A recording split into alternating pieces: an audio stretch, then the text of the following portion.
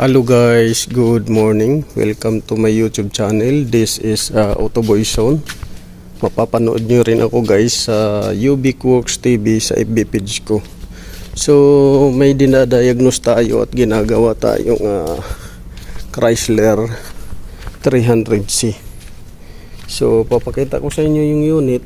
Yan, Chrysler 300C. So Chrysler 300C guys, yung dinadiagnose natin at saka ginagawa natin guys. So yung issue nito guys, isi-share ko lang sa inyo guys kung ano yung nagiging issue nito guys. So pagka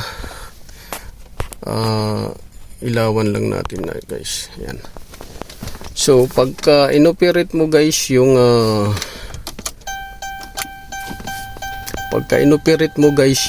aircon, AC, ito, AC. Pagka inoperate mo to guys, ito lang yung gumagana dito. Ito lang yung gumagana na ventilation niya, sa ventilation grease niya. Yan. Yung ano niya. Tapos yung doon sa kabila, sa passenger lang, ito yung gumagana na lumalamig at saka doon sa kabila passenger. So ito guys, dito ang lumalabas dito malamig, doon, ito ulitin ko, ito dito sa may passenger at saka doon sa kabila malamig ang lumalabas. Dito sa driver side, ito ang lumalabas ay mainit. So yan yung symptoms niya or problema niya. Tapos pagka gumagana naman yung AC, ito nagbi-blink to. Ito nagbi-blink. Pati ito nagbi-blink. Gumaganon yung ilaw.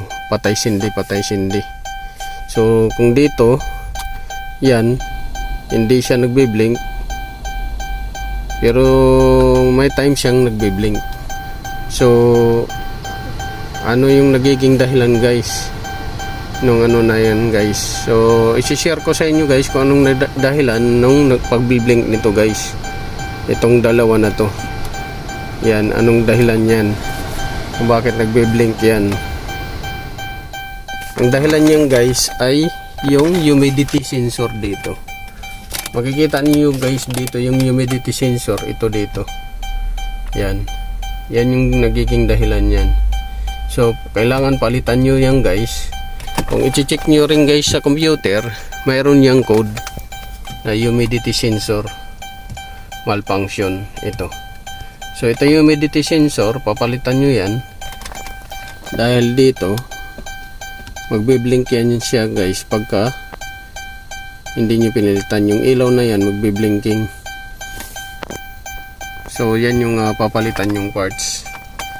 So yung dito naman guys sa sinasabi ko na dito sa driver side, ito driver side grill nya, tsaka ito sa AC ventilation nya, yan, sa outdoor nya ventilation ng AC. Ang nagiging dahilan niyan guys ay yung actuator. So papakita ko sa inyo guys kung anong itsura ng actuator. So dito sa may passenger, nakabukas na dito kasi papalitan nga sana to ng bago. Ikita nyo to guys, ito actuator yan dito sa may passenger. So yan yung papalitan na parts. So sa passenger side okay siya, pero dito sa driver side hindi siya okay. So kinalibrate ko na to guys, nag-calibration test ako, ganun pa rin. So nag-cool down test ako, lahat ng test na ginawa ko pinerform ko na. Ang problema, bumabalik pa rin yung problema niya. Lalamig siya mga 5 seconds, tapos babalik sa init, tapos lalamig na naman siya, tapos iinit na naman siya. Itong butas na to, ito, dalawa na yan. Pero doon sa may passenger, laging malamig. So, yan yung ano natin. Isosolve natin na ano issue. So, yung ano nito guys, pinalitan na natin dito ng ano nito, humidity sensor. So yung papalitan na lang natin guys ay yung dalawang ano dito, dalawang actuator motor nya. So yung blend motor nya kung tatawagin ng iba, actuator. So yan yung papalitan natin na sa ilalim. So ngayon guys, pinalitan na natin guys yung ano, papakita ko lang sa inyo. Pinalitan na natin ito, yan dito, yan pinalitan na natin yan, at saka yung sa taas.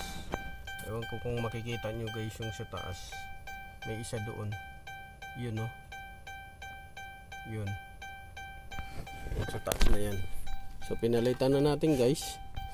Itatry natin ngayon guys kung malamig. Itatry natin, paandarin natin. So pag paandarin natin, yan. So pinaandar na natin. Ngayon titingnan natin kung magbi-blink pa ba yan. Ito, magbi-blink pa yan.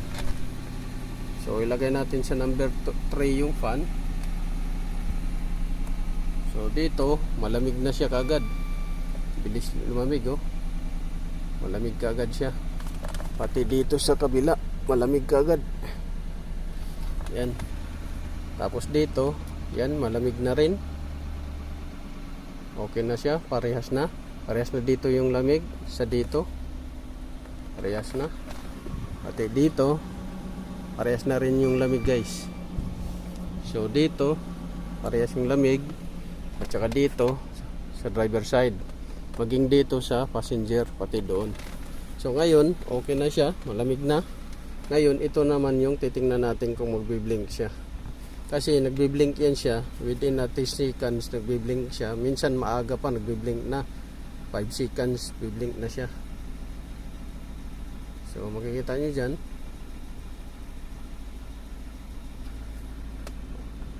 hindi siya nag-blink. So set natin ng malamig. Yan. Hindi siya nagbi-blink. So ilang seconds na.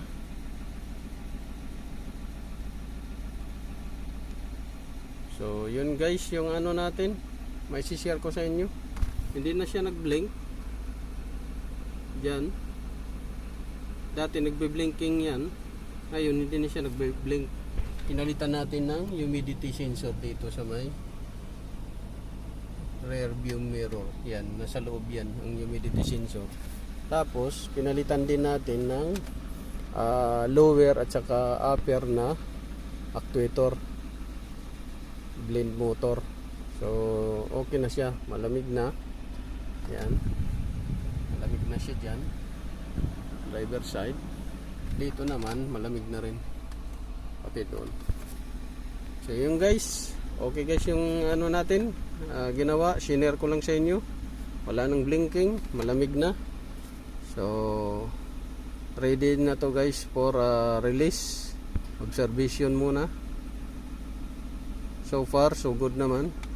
So yun lang guys, may share ko. Maraming salamat. This is Otoboy Zone. Paki-like, share, subscribe my YouTube channel. At saka paki-click ng notification bell button guys para updated kayo sa mga bagong video yung ilalabas ko. So mapapanood nyo rin ako guys sa Ubicworks TV sa FB page ko. So maraming salamat. Patayin na natin guys. Okay na.